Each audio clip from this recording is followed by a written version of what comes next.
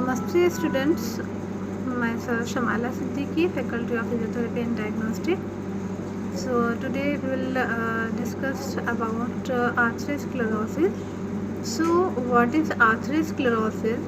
Atherosclerosis is defined as it is a narrowing of the arteries due to the plaque built up on the arteries wall, and arteries carry blood from the heart to the rest of the bodies. So a thin layer of cells from the lining of the smooth layer and allow blood to the flow easily, and this is called as endothelium. And atherosclerosis, what happens when the endothelium becomes damaged due to the factors such as smoking, high blood pressure and high level of glucose, fat and cholesterol in the blood. So the damaging cells allow a collection of the substances known as plaque to build up in the artery wall, and these substances including fat and cholesterol.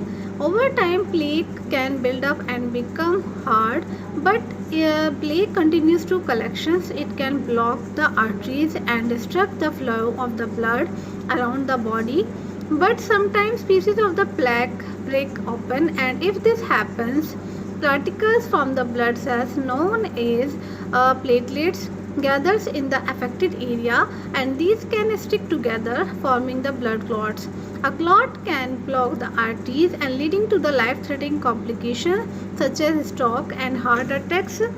And atherosclerosis can affect any arteries, but it mainly occurs in the larger and high pressure arteries. So the next is what are the symptoms of atherosclerosis. So the atherosclerosis usually affects older people, but it can start to develop during adolescence, and inside the arteries streaks of WBCs and will appear on the artery wall. Often there are no symptoms until a bit of plaque ruptures, but the blood flow becomes restricted, and this may take many years to occur. And the symptoms of the atherosclerosis depends on which arteries are affected.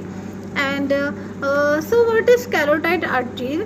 Carotid arteries provide blood to the brain, and restricted the blood supply can lead to the stroke, and symptoms of the stroke can appear suddenly and including weakness, difficulty of breathing, headache and facial numbness, and also paralysis.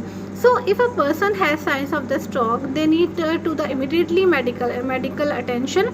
So the next artery is coronary artery. So coronary artery provide the blood to the heart. When the blood supply to the heart falls, it can cause angina and heart attack, and a person may experience chest pain, vomiting, extremely anxiety and coughing, and also fatigue. The next artery is renal arteries. Renal arteries supply blood to the kidneys, and if the blood supply becomes limited, so chronic kidney disease may develop. And sometime with renal artery blockage significantly enough to cause chronic kidney disease, may loss of appetite and swelling of the hands and feet, and also difficulty concentrating. So the next artery is peripheral artery, and these arteries supply blood to the arms, legs and pelvis. So if blood can't circulate effectively, and a person may experience numbness and pain in their limbs, and in severe cases death and gangrene can occur. So what are the treatment of the atherosclerosis? Atherosclerosis can be life-threatening, but treatment is available, and receiving treatment early can reduce the risk of severe complications. And treatment also slowly and stoppage of the development of the plaque, prevent blood clotting forming, and treatable symptoms are including lifestyle changes, medications and surgery. So lifestyle changes including avoiding or quitting smoking, getting regular exercise and maintaining a healthy weight.